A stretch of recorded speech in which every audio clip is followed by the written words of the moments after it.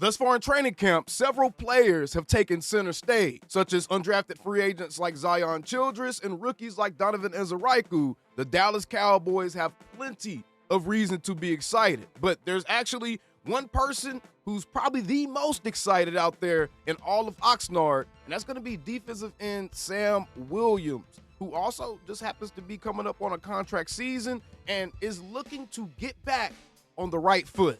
Literally, he's looking to get back on his feet. He had an ACL injury last year, y'all.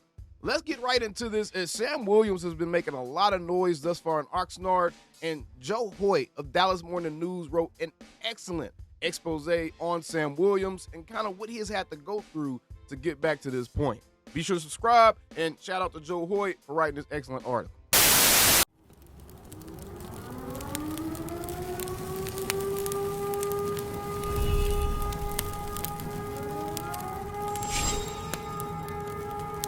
Shut your up. All right, we're going to jump right into this one. Joseph Hoyt published this one on July 25th. Oxnard, California. They called Sam Williams Superman so many times that he started to believe it. The Cowboys defensive end even tattooed the logo on his right shoulder. And who could blame him? He can't leap buildings in a single bound, and he isn't faster than a speeding bullet. But he does have the physical attributes that make other NFL lifers awe. He looks physically the part. Fellow defensive end Dante Fowler Jr. said, he's obviously built like a Greek god. Cowboys head coach Brian Schottenheimer said of the 6'4", 265-pound Williams.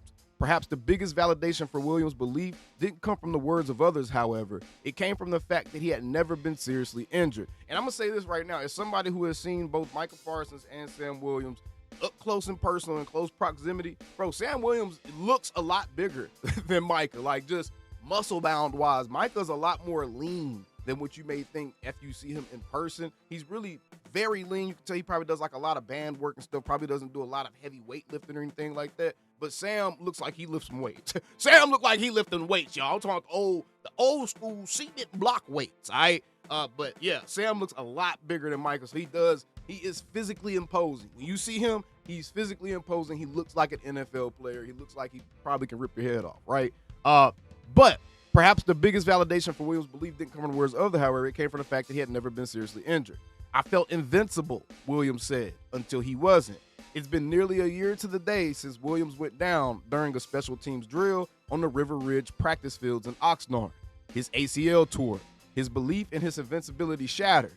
His hopes and the hopes of the Cowboys fans had for him to have a breakout NFL season vanished. And y'all can go back and look at it. Sam Williams was literally the guy that I was earmarking as like, hey, this dude is going to have a breakout season. He's going to be the guy that takes advantage of the opportunity to get more snaps at that defensive end position this year. That he was specifically the guy that I had earmarked for that. And I still believe that Sam can easily be a 10-plus sack guy every season in the NFL if given the opportunity. That's how effective he is. And yes, he's had some discipline issues. He's had some times where he got some untimely penalties, or he might be a little bit overzealous on some of his plays. That's why I'm glad that Brian Schottenheimer is already kind of starting to coach that discipline within Sam as well. That controlled rage is what you need from a Sam Williams, but he absolutely has the tools and the explosiveness coming out that position to be a game record, for sure. Williams has awed his teammates in a new way. They've seen a player heading into the final year of his contract on a mission to not only get back to where he was before the injury, but to go beyond it, to get everything he hoped for last year and more for more than himself. Let's just say, I'm coming, Williams said. Rookie tight end Tyler Neville just happened to be on the receiving end of it first, to no fault of his own. Anybody that was in front of him, that probably would have happened to, Fowler said. Fowler can relate. He too understands the buildup of a season lost. He learned that lesson early when he tore his ACL less than a week after he was drafted. His rookie season ended before it even started, and before he even signed his rookie deal.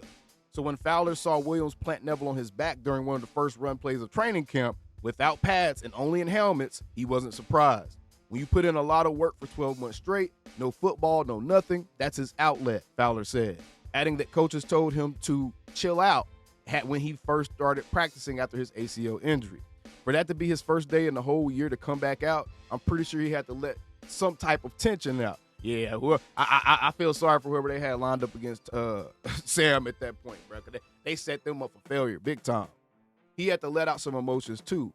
Williams woke up around 5 a.m. Tuesday. He thought about all the work he had put in over a year of ACL rehabilitation. He then turned his attention to the motivation for all of it. Williams has pictures of his two sons, Sam Jr. and Six, in his training camp room. Every day, he looks at them before bed and when he wakes up. On most days, including the first day of training camp practices, he'll pull out his phone, go to his notes app, and read a letter he wrote to them both a long time ago. The letter, Williams said, is a promise to his two sons. To take this opportunity and make it something, Williams said. Make something of it so they won't have to go through what I've been through. That's deep. Reading the letter would give him strength when he was weak, hope when he was discouraged. It was especially necessary early in his rehab process. The 265-pound beast, as Fowler called him, he dropped down to 230 pounds during his recovery, a low point physically and mentally for him. Ooh, interesting. But as time passed, he got stronger and hungrier, not just for himself, but for his family. That's where his mind went when he read the letter before his first training camp practice.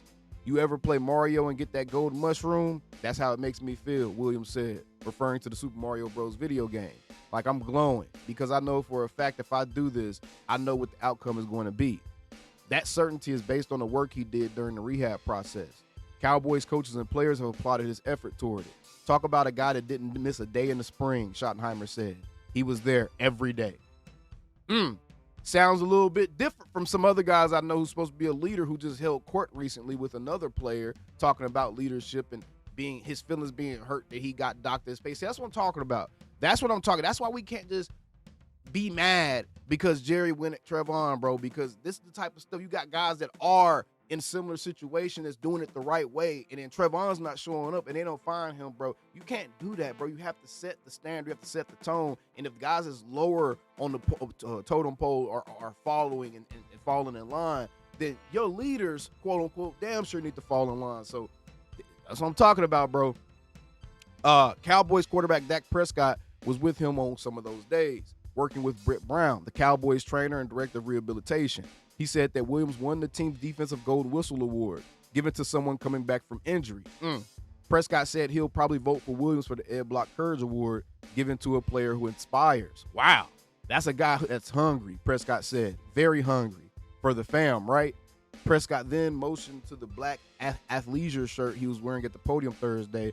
It's one example of the clothing line that Williams started this offseason for the family. Okay.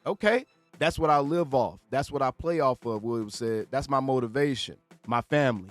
It's also been a source of growth for Williams. The former Ole Miss standout and an All-American arrived in Dallas as a second-round pick in 2022.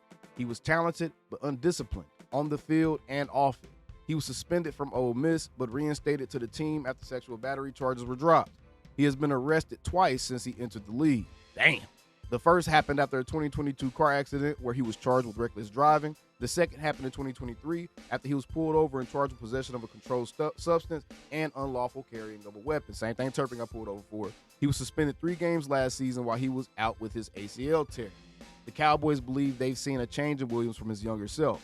It's been fun for me going back to his rookie year to watch Sam grow up and realize, man, this is professional football, and I can take care of my family for generations, Schottenheimer said. And I mean, he's on track to have an incredible year.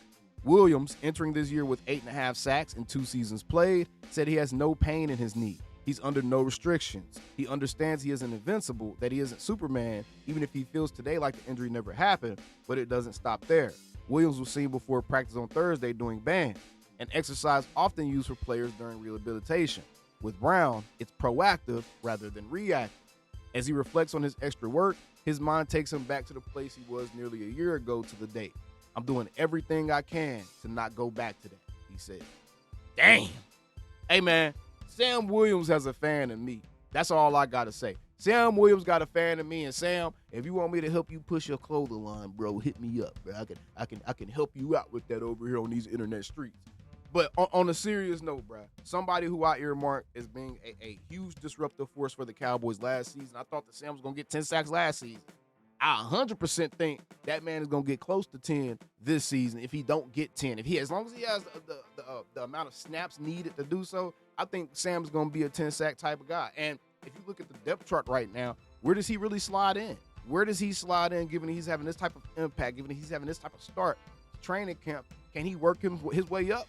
to the starting defensive end position. He's been here longer than the other guys that are back there. So can he work his way up there? But the defensive end room is so clogged up. But that, man, these guys are going to be able to be on the field fresh all the time. So I'm excited to see what Sam Williams is going to do this upcoming season. I think he's going to be a major impact for the team. I think he's going to be a part of a defensive end group that helps us break the team record in sacks. That's where I'm at with it right now. But either way, let me know what you think about this Sam Williams story down in the comments below. Again, shout out to Joseph Hoyt for this excellent article. I'll see you guys on the next one. Training camp comes back today. All right? How about them Cowboys? Calling me, texting me, paging me, asking me, am I still the boy? Y'all usually check on me. Listen.